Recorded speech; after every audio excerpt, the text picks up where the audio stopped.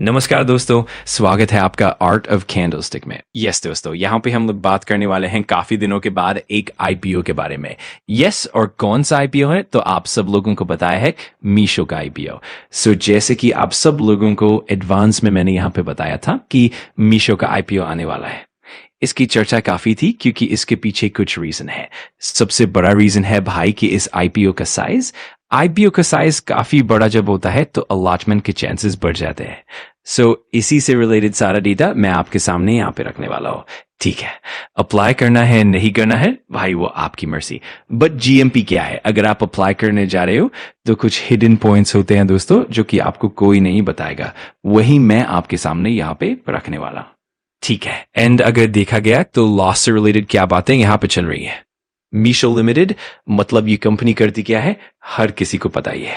पहले तो आप देख सकते 2015 में यहाँ पे स्टार्ट हुई थी, और अगर हम आसान भाषा में बोल दे तो आपको पता ही है, यस, ई कॉमर्स वाली कंपनी हम लोगों को देखने को मिल जाती है। ठीक है, वहीं पर नॉर्मली आप यहाँ पे कह सकते हो consumer, seller, logistic partners, then content creators. इनके 4 की स्टेक होल्डर्स हम लोगों को देखने को मिल जाते हैं।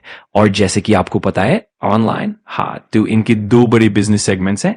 एक है मार्केट प्लेस जो कि आप सब लोगों को पता ही है, एंड सेकंड न्यू इनिशिएटिव्स, जिसकी अगर हम लोग यहाँ पे बात करें जहाँ पे low cost local logistic network हम लोगों को देखने को मिल जाता है। बाकी तो सारा डेटा यहाँ पे रखा हुआ है कि कंपनी से रिलेटेड क्या है, कंपनी का परफॉर्मेंस क्या है, कितने सारे एम्प्लॉइज है, वगैरह वगैरह। ये सारा डेटा तो हम लोगों को देखने को मिल जाता है। अब आ जाते हैं इंपॉर्टेंट पॉइंट के ऊपर, फाइनेंशियल्स। यस, यही से सारी चीजें यहाँ पे सामने रखी जा रही हैं, उसी को हम कवर करने की कोशिश करेंगे। सितंबर मतलब कुल मिला के हम कह सकते हैं 6 महीने का ही डेटा है। तो आप इसको डायरेक्टली कंपेयर करने जाओगे तो आपको थोड़ा गलत पिक्चर देखने को मिल सकती है। बट एनीवेज, अगर हम एसेट्स की बात कर लें तो ठीक है, इनकम की बात कर ले तो एनपीएटी हमें माइनस में मतलब कंपनी घाटे में देखने को मिल रही है। ठीक है, तो आप देख सकते हैं पहले भी कंपनी 1600 करोड़ के घाटे में थी, फिर 300 करोड़ के घाटे में, फिर ऑलमोस्ट 4000 करोड़ के घाटे में, और 6 महीनों में ही कंपनी 700 करोड़ के घाटे में देखने को मिल रही है। सो कंपनी लॉस में है, हमारी अप्रोच गलत होती है। ठीक है, आपको ये समझना है कि कंपनी का पैटर्न क्या है। सो ये एक स्टार्टअप टाइप की कंपनी है, और स्टार्टअप में आप सभी लोगों को पता है कि इंपॉर्टेंट चीज क्या होती है। Yes, revenue. सबसे इंपॉर्टेंट चीज होती है मार्केट कैप्चर। पहले मार्केट कैप्चर करो, एक बार आपका मार्केट हो गया, अच्छा मार्केट शेयर आपने बना लिया, फिर ऑटोमेटिकली आप प्रॉफिट में आ जाओगे। जोमैटो ने भी यही किया था। पीबी फिनटेक की बात करें, बहुत सारी कंपनीज यही करती है। स्विगी का भी वही काम चल रहा है। लेंसकार्ट की बात करें, उन्होंने भी वही किया था। उन्होंने तो आईपीओ से पहले बेटर वैल्यूएशन के लिए प्रॉफिट में खुद को लाकर रखा हुआ है। अच्छा, अगर बात कर ले अभी लॉस में है तो बाकी इंडिकेटर्स माइनस में मिलेंगे, आप यहां पे देख सकते हैं। अब आ जाते हैं इंपॉर्टेंट चीज की ओर कि सर कंपनी घाटे में है, बट फिर भी कंपनी को 50,000 करोड़ का मार्केट कैपिटलाइजेशन कैसे मिल रहा है। सो अगेन दोस्तों, अगेन ये मैंने काफी बार आपके सामने कहा है, वैल्यूएशन कभी भी पास्ट परफॉर्मेंस के ऊपर नहीं होता।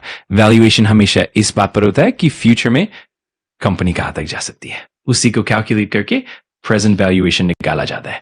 कंपनी पीछे क्या कर रही है उससे मतलब नहीं है, कंपनी आगे भविष्य में क्या कर सकती है उसका वैल्यूएशन करंट लेवल पर देखा जाता है। ठीक है, अच्छा, लॉस में है तो मुनाफा माइनस दिखाया है। वही मुनाफा अगर माइनस में रहेगा तो बाकी फॉर्मूलाज में सब माइनस ही मिलेगा। वो अगर प्लस होगा तो ये भी प्लस प्लस देखने को मिल जाता है। सो ये पॉइंट भी आपको पता होना चाहिए। देन अगर बात करें ऑब्जेक्टिव की, भाई आईपीओ लेकर आ रहे हो, बहुत बड़ा आईपीओ है, करोगी क्या इस धनराशि का? सो उन्होंने बताया है बहुत बड़ी धनराशि है, उसमें से कुछ इन्वेस्टमेंट से रिलेटेड बातें बताई हैं, कुछ अपग्रेडेशन करेंगे, इंफ्रास्ट्रक्चर बिल्ड करेंगे, कुछ सैलरी से रिलेटेड बातें सामने रखी हैं। ओके, अब बात कर ले सब्सक्रिप्शन की। ऑलरेडी 2 दिन से चल रहा है और पहले दिन ही सब्सक्रिप्शन 2 टाइम्स के ऊपर जा चुका है। 2 टाइम्स मतलब क्या कि जितना डिमांड दिया था उससे ज्यादा, मतलब अगर 0.0 समथिंग होता तो कम होता, पर यहाँ ऑफर्ड शेयर से ज्यादा डिमांड आ चुका है। You can check QIB over subscribed, non institutional investor over subscribed, big HNI, small HNI oversubscribed, retail already पहले दिन ही oversubscribed। अब आते हैं IPO details पर। Open 3:30, close 5:30, allotment 8:30, price band 660 to 695, lot size 21 shares, fresh issue 4,250 crore, company के खाते में पैसा जाएगा। OFS 1,171 crore existing shareholders exit रहे हैं। Promoter holding बहुत कम बची है, ऑलरेडी उन्होंने बहुत स्टेक ऑफलोड कर दिया है। अब आते हैं सबसे इंपॉर्टेंट पॉइंट पर, GMP। Disclaimer, ये सिर्फ informational purpose है, guarantee नहीं। GMP data 28 no 32%, 29 no 36%, 3 no 44%, 1 December 48%, आज 39% 44 से गिरा।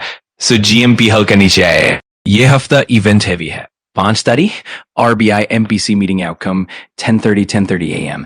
इसका सीधा प्रभाव GMP पर पड़ेगा। US trade delegation visit, tariffs, trade deal से रिलेटेड खबरें आएंगी, इसका भी इफेक्ट पड़ेगा। अगर कोई बड़ा ग्लोबल न्यूज फ्लो आ गया तो भी GMP बदल सकता है। सो इन सभी चीजों के ऊपर आपको ध्यान रखना चाहिए। बाकी लॉट साइज सबको पता है, प्रमोटर होल्डिंग भी कम है और GMP भाई गारंटी नहीं देता कि लिस्टिंग वैसी ही होगी। मार्केट के माहौल पर सब डिपेंड करता है। तो ठीक है दोस्तों, मीशो के IPO को लेकर जितने भी इंपॉर्टेंट पॉइंट्स थे वो मैंने आपके सामने रखे। अप्लाई करना है नहीं करना है, ऑब्वियसली हर किसी की अपनी चॉइस रहती है। हिडन रिस्की पॉइंट्स भी मैंने आपके सामने रख दिए। अगर आपको वीडियो जानकारीपूर्ण लगा तो लाइक कर देना, कमेंट करके बताना कि अगला टॉपिक कौन सा चाहिए और सब्सक्राइब कर लेना आर्ट ऑफ कैंडलस्टिक को, ताकि ऐसे ही पावरफुल लर्निंग वीडियोस आप मिस ना करो। Thanks for watching. मैं मिलता हूँ अगली वीडियो में। सीखते रहो, पढ़ते रहो।